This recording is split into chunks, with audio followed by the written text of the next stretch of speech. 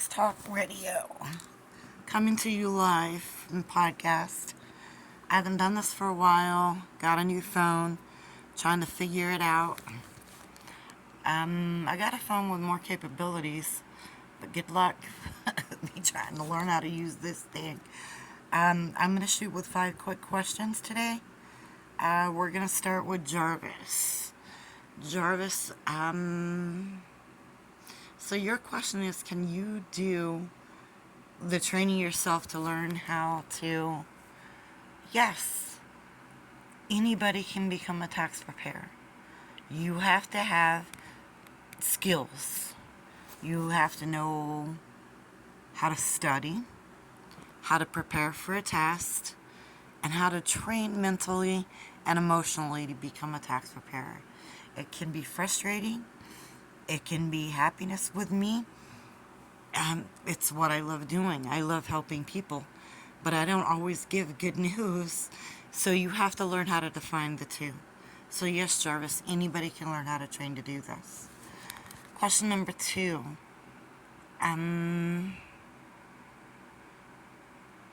So you're a notary and you want to be a tax preparer as well. Just like I told Jarvis. Do the training. Go to IRS. Look at their tax assessment. Take a pre-test. And then study your mind and your butt and your body up. Yes, you can do this. You can also go to a company and talk to them. Maybe they could use you as a beginner receptionist or an office manager or something, and they can get you into the training for free as well. So number 3, let's ask some tax questions, and then I'm gonna flip it around today. So question number 3. Okay, so the question is, how many K1s are out there? K1s can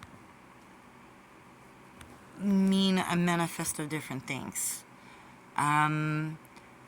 It could be a business foundation. It could be a beneficiary estate. If you have a K1, I recommend you talking to your accountant, CPA, EA, or tax preparer. Let them see it in advance. Reach out to them. Like you can reach out to me at blueco.tax and retirement planning on Facebook or blaze38blueaol.com. Reach out to me, reach out to them, and they will let you know what you need for this K1. So the next question. Okay, Jake. Jake's question is, yes, you can prepare your own taxes, even though we don't recommend it, because if anything happens, it'll fall back on you. This is why tax preparers, EAs, CPAs,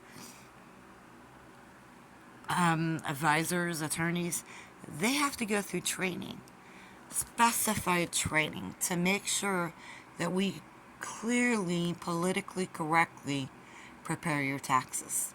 I'm going to take one more question today, and then I'm going to flip it around. Yeah, I'm getting a little cold. I've had one for a couple of days. I'm going to... What's the question?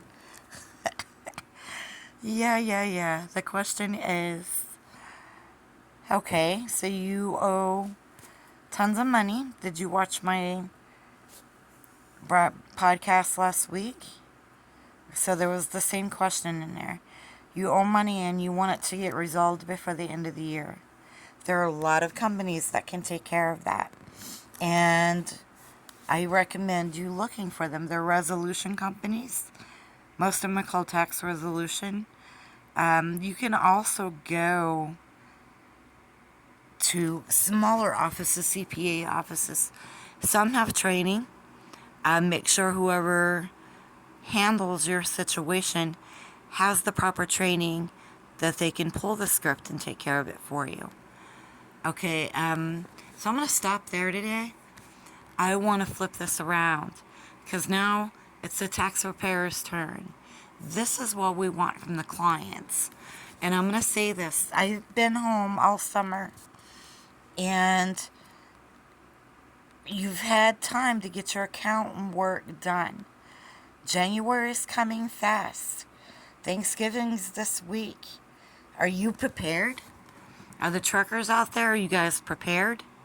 Have your accountant work done? Getting ready for it? Getting on it? Or are you going to wait till January? Because I'm telling you, you want to get this done in advance. Another question an EA asked me to ask. EA means enrolled agent and means severely amount of training. These people have been put through the process for years. There are some who take the EA test, and I can say, but look at how many years they've got in and what other resources goes with their EA training. Anybody can be EA. I've thought about taking it, but I'm not going to. For two reasons. For one, it's an excessive amount of work to do what they do. There are so many people out there that call themselves an EA and are an EA. Their level of business is beyond reach to some people. But these are the people that you want to get a hold of because they'll nail it for you every time. There are CPAs who are the same, but don't forget, there are tax preparers, tax advisors, senior tax advisors who has that same format of training, just not the name title. So, on that note, I'm going to say one more question. Make sure we're getting on. Oh, wait. Jody, yes. Jody's a CPA. She has a question for her clients and clients everywhere out there. She was asked, what is a typical 1040? And why does it lead to so many forms? Why is everything called 1040, 1040 SR, 1040 to Schedule 1? These different forms lead off the 1040. So say like if you're doing your taxes, which again we don't recommend, but if you're doing your taxes and you're doing a 1040, it's going to say, well, you need a Schedule 1. You need a Schedule 2 or a Schedule 3 or a Schedule B or Schedule C or D or F. This is where the tax folks come in. This is where we come in and say, okay, this is what you need. This form, we will help you understand what this form is. All right, I'm out today. I'm going to see if this works. I will talk to you later. Have a good day. I will shoot again on Thursday. But I'm thinking Thursday I'm going to do a live podcast instead of just the black screen. I'm still trying to figure out my phone. And I love this phone, but don't know how to use it. I just figured out how to do this. So let's see if it works. You guys have a good one. I will talk to you Thursday.